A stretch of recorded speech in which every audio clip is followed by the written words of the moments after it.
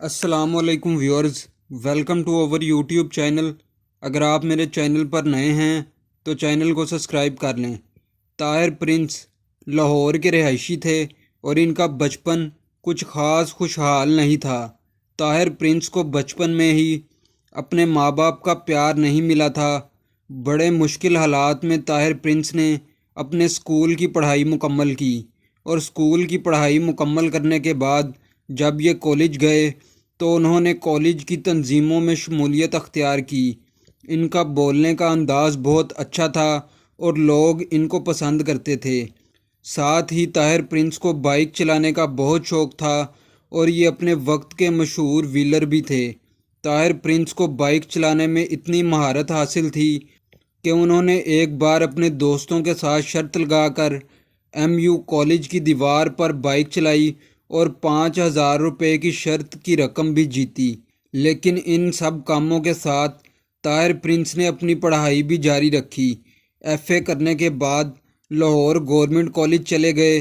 پھر ان کے دوستوں نے ایک تنظیم بنائی جو کہ بلیک ایگل کے نام سے بہت مشہور ہوئی۔ اس تنظیم میں بہت سے مشہور لوگ شامل تھے جن ناموں میں احسان اللہ بوبی اور عبداللہ مشہور تھے۔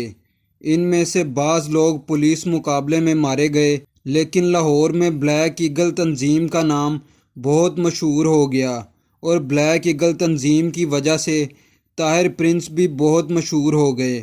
اور پھر وقت گزرنے کے ساتھ ساتھ طاہر پرنس کے تعلقات سیاست دانوں سے بنتے گئے۔ ان کا تعلق پیپلز پارٹی سے تھا اور اس وقت کی مشہور سیاستدان شخصیات جہانگیر بدر اور سلیمان تسیر ان سے ملنے آیا کرتے تھے۔ جیسے جیسے طاہر پرنس مشہور ہوتے گئے ان کے تعلقات میں اضافہ ہوتا گیا۔ سیاست اور پولیس میں ان کے تعلقات قائم ہو گئے۔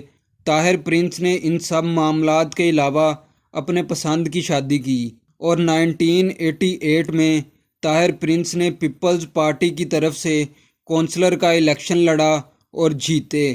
طاہر پرنس غریبوں کے بہت ہمدرد تھے اور ہمیشہ ان کی مدد کے لیے تیار رہتے تھے۔ پھر اچانک ان کے علاقے کے ایک بندے حاجی بانکا کا قتل ہو گیا اور طاہر پرنس اس قتل کے گواہ تھے۔ اسی وجہ سے مخالف پارٹی سے ان کی ٹسل شروع ہو گئی۔ اس دوران طاہر پرنس پر مخالف پارٹی نے قتل کا جھوٹا پرچہ کروایا، جس کے بعد طاہر پرنس مفرور ہو گئے۔ اسی دوران ان کے ایک قریبی دوست رانا ضیاء کو مروا دیا گیا۔ اس واقعے کا طاہر پرنس پر بہت گہرا اثر ہوا اور اس سب معاملات کے دوران حاجی بانکا کا بیٹا حاجی بابر ان سے کہتا رہا کہ اس نے اپنے باپ کا بدلہ لینا ہے۔ ان سب معاملات کے دوران طاہر پرنس ملک سے باہر چلے گئے اور حاجی بابر نے مخالف پارٹی کا ایک بندہ قتل کر دیا، جس کا پرچہ بھی طاہر پرنس کے نام درج ہوا اور بہت سے مختلف پرچوں میں طاہر پرنس کا نام شامل تھا۔ اور یہاں تک کہ طاہر پرنس پر باہر کے ملک میں بھی ایک گوشت کی دکان پر حملہ کروایا گیا اور اس حملے میں طاہر پرنس سے اپنے بچاؤ کے دوران حملہ آور قتل ہو گیا، جس پر انہیں جیل جانا پڑا اور سزا مکمل ہونے پر طاہر پرنس کو پاکستان بھجوا دیا گیا۔ پاکستان آنے کے بعد طاہر پرنس کو پولیس نے اریسٹ کر لیا اور قتل کے ان پر پہلے ہی درج مقدمات کی وجہ سے جج نے انہیں سزائے موت کی سزا سنائی۔